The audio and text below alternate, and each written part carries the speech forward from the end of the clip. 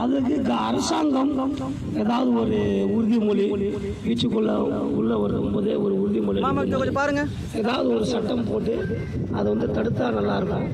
அப்போ வந்து கீழே போட மாட்டேன், பீச்சில் போட மாட்டேன், பாருங்க.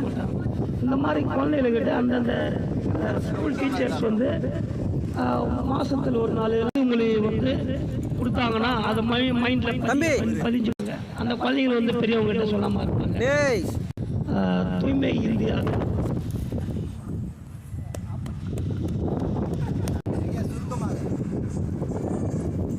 அனைவரும் நலமாக உள்ளீர்களா, வளமாக உள்ளீர்களா? தாங்கள் கொண்டும் சமூக சேவை நிறுவனங்கள் அனைவரும் நலமாக ஒத்துழைத்து வளமாக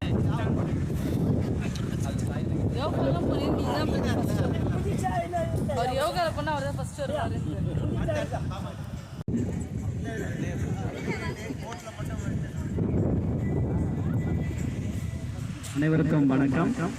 என் பேர்